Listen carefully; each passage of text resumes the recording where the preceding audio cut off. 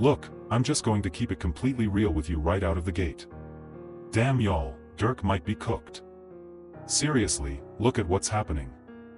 For months, everybody's been waiting around for August 2026, thinking that was going to be the big moment when Durk Banks finally goes to trial and fights for his life on these murder-for-hire charges. But just when you thought things couldn't get any more serious, the federal government decided to completely rewrite the playbook. A federal grand jury just came back with a brand new, third unsealed superseding indictment. They aren't just calling this a localized, one-off hit anymore. They officially leveled up the entire case, hitting Durk with a massive new charge, murder in aid of racketeering, globally known as a vicar charge.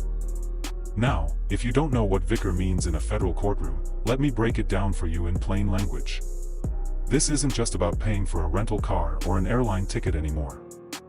When the feds drop a vicar charge, they are officially arguing that you ran an organized, violent criminal enterprise, and that people were getting taken off the board specifically to protect or enhance someone's status inside that group. The prosecution is now explicitly claiming that Only the Family, OTF, wasn't just a rap label. They are claiming it operated as a structured street organization that used music money, jewelry, and industry connections to reward people for executing acts of extreme street violence. And look, the defense team can come out and try to play it down. Durk's lawyers explicitly went on the record and called this new indictment lipstick on a pig, saying the feds are just panicking and scrambling because their original charges were weak. But when you actually open up this new 30-page federal document and look at the raw evidence the prosecutors just leaked into the public record, you start to see exactly how high the stakes really are. The feds didn't just add new charges, they brought the receipts, and they are putting straight-up text logs and visual evidence on display for the whole world to see. First off, let's talk about the text messages that prosecutors explicitly dropped into this updated paperwork. They are now showing text logs where Durk allegedly typed out the words, "I can't let this slide." Think about that for a second. The feds are explicitly tying that specific text message to the immediate aftermath of November 2020, when King Von was fatally wounded out in Atlanta. The government's whole narrative is that Von's passing triggered a massive, multi-state revenge campaign.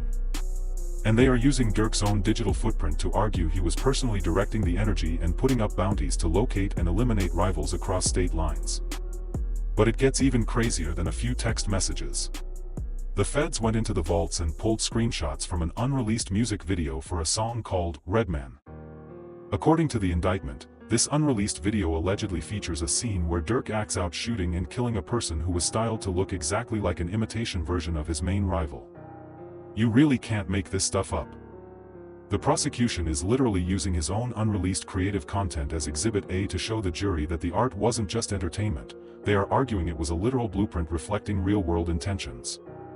And if you want to know how bad the internal pressure is getting, just look at how the co-defendants are reacting right now. Immediately after this third indictment dropped, 3 of Durk's co-defendants, including OTF Didi, Brownies, and Boogie, officially went to the judge and filed separate paperwork begging to split their cases entirely away from Durk. Their lawyers are straight up arguing that a joint trial with Durk has become completely unfair and prejudicial to them. They are pointing out that what started as an investigation into a single August 2022 incident at a Los Angeles gas station has now mutated into a massive, sweeping racketeering case spanning years of history. They are bringing up a 2019 attempted murder out in Atlanta, an incident in Chicago, and they are telling the judge, look, our clients weren't even there for most of this. Didi's team even argued that his only major tie to one of these events was simply showing up to a music video shoot weeks later, where Durk allegedly displayed roughly $1 million in cold cash. When your own people start scrambling to get away from you in the court docket, that's when you know the temperature in the room is boiling hot. The feds have structured this updated case so heavily that it undercuts almost all the previous motions the defense team filed to try and get the gun charges thrown out. By linking the firearms directly to a broader vicar racketeering murder charge, the government is locking down every legal loophole before anyone even steps foot in the courtroom.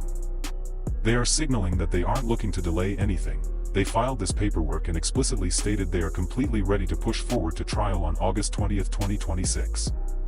At the end of the day, when you step back from the social media comments and the internet hype, there is a serious lesson to take away from all of this.